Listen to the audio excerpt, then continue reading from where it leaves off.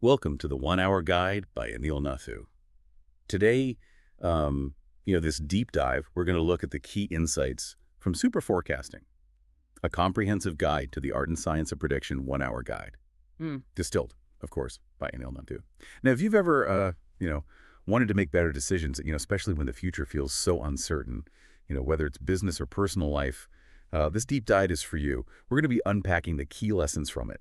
That can really help you sharpen your ability to kind of see what's coming next. Yeah, I think what's really valuable about this 1 hour guide by Anil Nathu is its ability to, synthesize a lot of complex research into practical takeaways. And I think for you, the listener, it's a real shortcut to understanding, how top forecasters think. And instead of, being overwhelmed by uncertainty, it gives you some tools to help you navigate it more effectively, which is a game changer, especially in dynamic fields like entrepreneurship. Absolutely. The ability to kind of anticipate, even with a degree of probability, can provide a significant edge. And really, that's what this deep dive inspired by the 1 Hour Guide by Anil Nathu is all about. Equipping you with that edge by exploring the principles that separate those who make consistently good predictions from those who are essentially just guessing. So let's get right into it. The first crucial lesson revolves around becoming what the book calls an optimistic skeptic. Yeah, and I think at its heart, this is about challenging the idea that the future is a complete mystery. Philip Tetlock, who the book is based on, his work has shown that, a lot of expert predictions are surprisingly inaccurate. Yeah. So the optimistic skeptic, acknowledges this uncertainty, but also believes that we can actually improve our ability to foresee events by applying rigorous and disciplined thinking. So it's about finding that kind of sweet spot between being realistic about the limits of prediction, but also believing that we can actually get better at it. The book contrasts, the often confident pronouncements of like pundits you see on TV with the more nuanced and ultimately more accurate approach of what are called superforecasters. Exactly. And they operate, using a set of core principles. So they think in probabilities, not just yes or no. They're constantly updating their views as new information emerges. They actively seek out, diverse sources of information, even those that might contradict their current beliefs. And crucially, they work hard to avoid overconfidence, recognizing that they could always be wrong. Right. It sounds like a constant process of learning and adjusting. How does this balance of skepticism and optimism actually play out in practice? Well, think about it this way. The skepticism pushes you to question your assumptions and look for evidence that might prove you wrong. The optimism kind of fuels the belief that by doing this diligently, you can actually refine your understanding and make more informed predictions.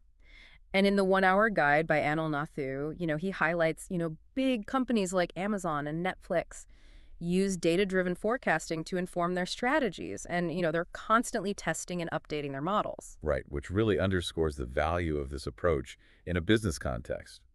Now, another key insight from the guide focuses on what it terms the illusions of knowledge. It seems that we often think we know a lot more than we actually do, especially when it comes to predicting the future. Yeah, and this is a fundamental human tendency, We often overestimate our understanding of, complex systems and our ability to kind of foresee events. And the guide delves into several cognitive biases that kind of contribute to this. For instance, hindsight bias. This is that thing that makes us feel like events were inevitable after they've already happened. Oh, yeah, of course. Confirmation bias leads us to seek out information that confirms what we already believe and ignore, contradictory evidence. Right. And there's the availability heuristic as well, where we tend to, overestimate the likelihood of events that are easily recalled, like dramatic news stories, even if they are statistically rare. Right. And the illusion of explanatory depth. Yeah.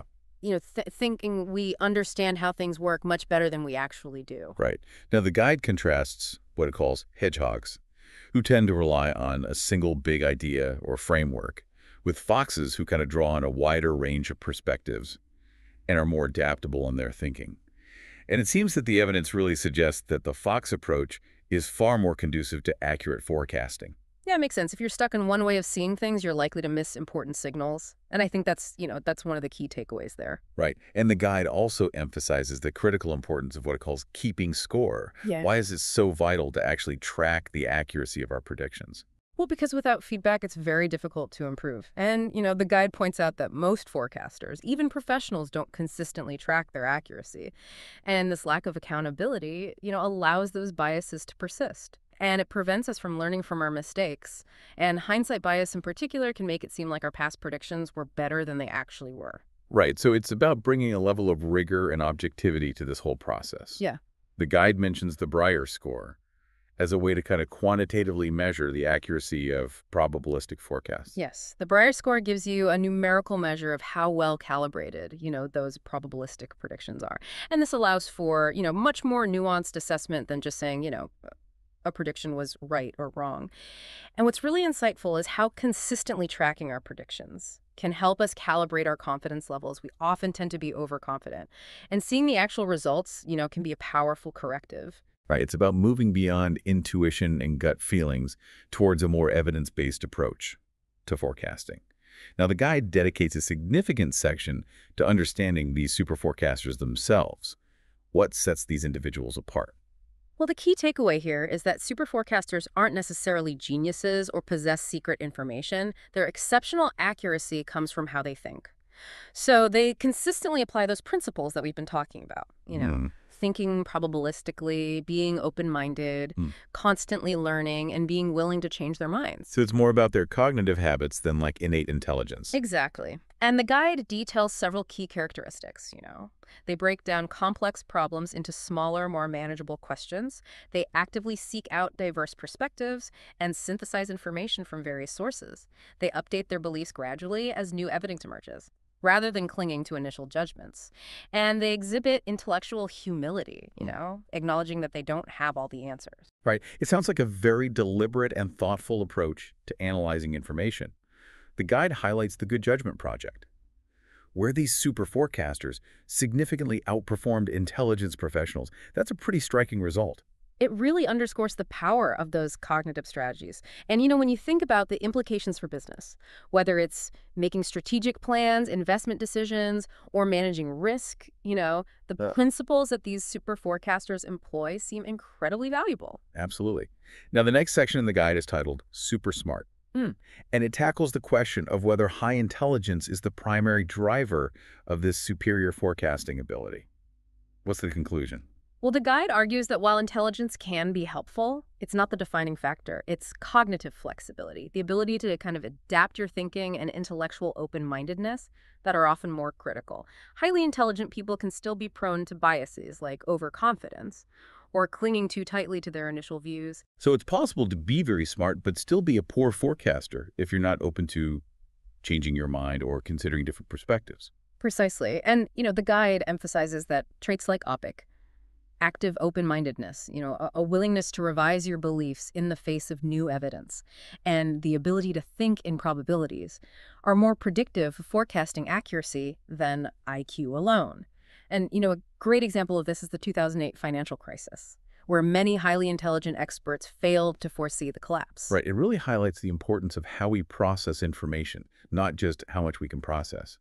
And the guide suggests that in business, we should avoid the trap of, simply relying on what they call the smartest person in the room, and instead foster a culture that values intellectual humility and probabilistic thinking. Exactly. Decisions should be based on a careful consideration of probabilities and, a continuous refinement of predictions rather than the pronouncements of the most credentialed individual. Right. Now let's consider the role of data and quantitative skills with the question superquants. In today's kind of data-rich environment, is advanced mathematical expertise essential for being a great forecaster? Well, I think the guide makes an important distinction here. While basic numeracy and the ability to work with probabilities are crucial, advanced mathematical skills aren't necessarily the key to superior forecasting. In fact, the guide cautions against over-relying on complex models that might be based on flawed assumptions. So it's more about using numbers wisely and understanding their limitations. Exactly. And again, the guide points to the 2008 financial crisis, where sophisticated risk models failed to predict the widespread collapse, whereas superforecasters use numbers effectively by thinking probabilistically. They're continuously updating their estimates, using approaches like Bayesian thinking, and being aware of common statistical biases. Right, and the guide warns against pitfalls like the illusion of precision that complex models can create, overfitting data to past trends, and the danger of ignoring low probability, high impact, what are called black swan events. Yes. And I think for businesses, this means, it's very important to combine quantitative data with qualitative judgment. It's about assigning probabilities and forecasts, regularly updating financial projections based on new information, and training teams to recognize and avoid statistical biases. Right. The next section, super news junkies, raises a pertinent question.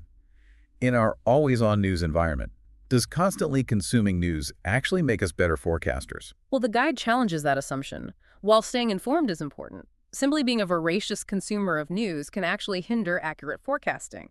The guide discusses issues like information overload, recency bias, where we overemphasize recent events, and the illusion of knowledge, where we feel informed but lack true understanding. So again, it's about the quality of our information intake and how we process it, rather than just the quantity. Precisely. Superforecasters approach news consumption strategically. They focus on reliable sources.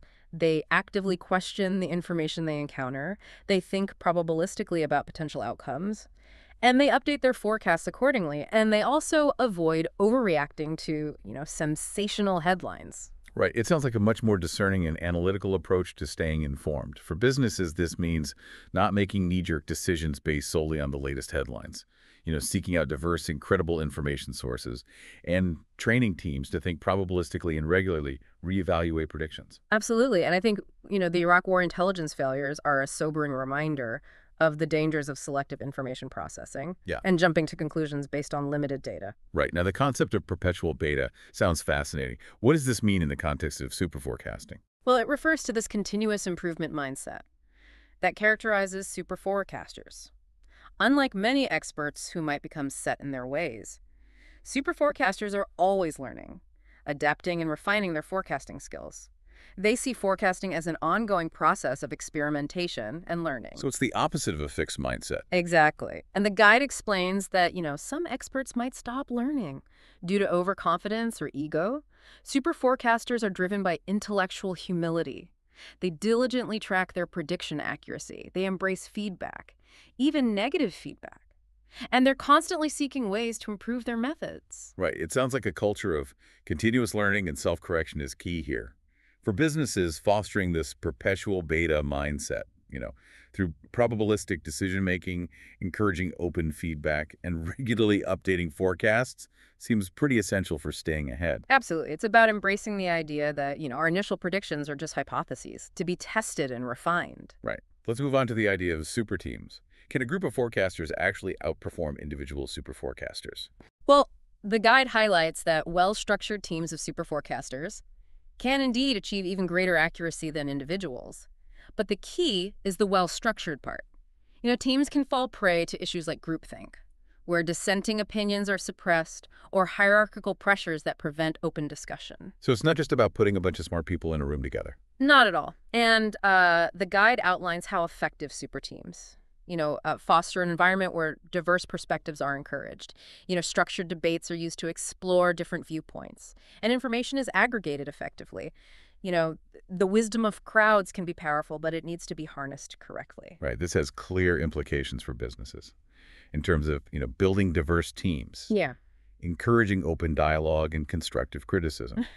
And using probabilistic thinking in collaborative planning. Absolutely. And I think, the U.S. intelligence community's increasing reliance on team-based forecasting underscores the potential benefits of this approach, when implemented effectively.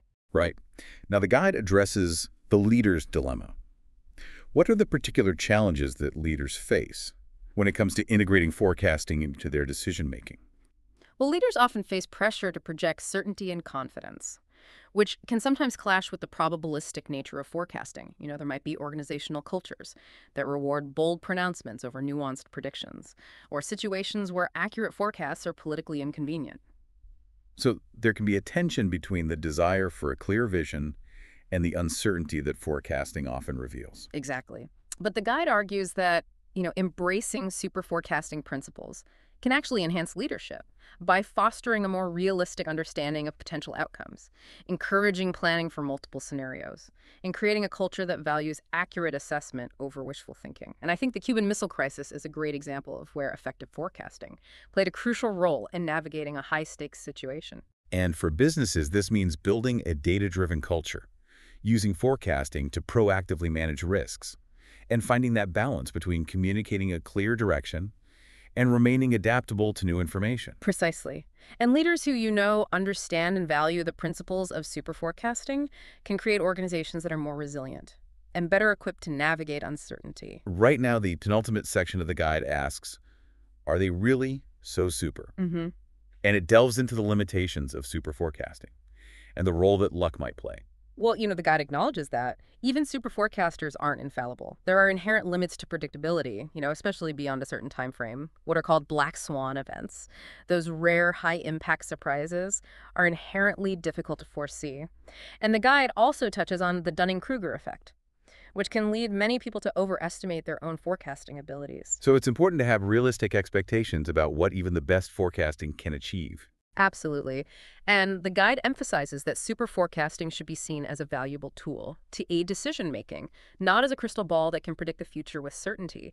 And leaders need to recognize these limitations, encourage humility, and always think in terms of probabilities rather than absolutes. And I think the 2016 U.S. presidential election is a great example, where seemingly high probability forecast wasn't a guarantee. It's about using forecasting to make more informed decisions, while still being prepared for, unexpected events. Finally, the guide looks at what's next for the field of super forecasting. Yeah, and this concluding section explores the challenges of scaling super forecasting within organizations and, the ongoing efforts to integrate these principles more broadly.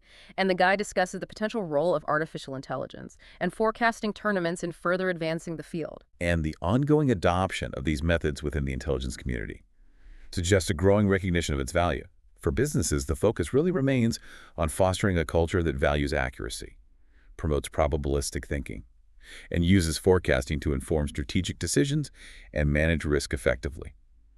I think this deep dive into the super forecasting, a comprehensive guide to the art and science of prediction 1-hour guide, really brings home the idea that improving our ability to foresee the future isn't about magic, it's about adopting a more disciplined and thoughtful way of thinking. And the 1-hour guide by Anil Nathu provides a fantastic entry point to these powerful concepts. Exactly, and it offers you, the listener, actionable insights that you can start applying immediately to improve your own judgment and decision-making in a world filled with uncertainty. So as you navigate the complexities of your own endeavors, remember the principles of probabilistic thinking, intellectual humility, continuous learning, and seeking diverse perspectives. These are the hallmarks of a super forecaster, and they are skills that can be learned and cultivated. This deep dive was based on the 1-hour guide by Anil Nathu, a valuable resource for anyone looking to sharpen their foresight. What's really exciting is the potential for these principles to transform how we approach decision-making, both individually and collectively, leading to more informed choices and better outcomes. Thank you for joining us today. Buy the book at the 1-hour guide website for more business insights.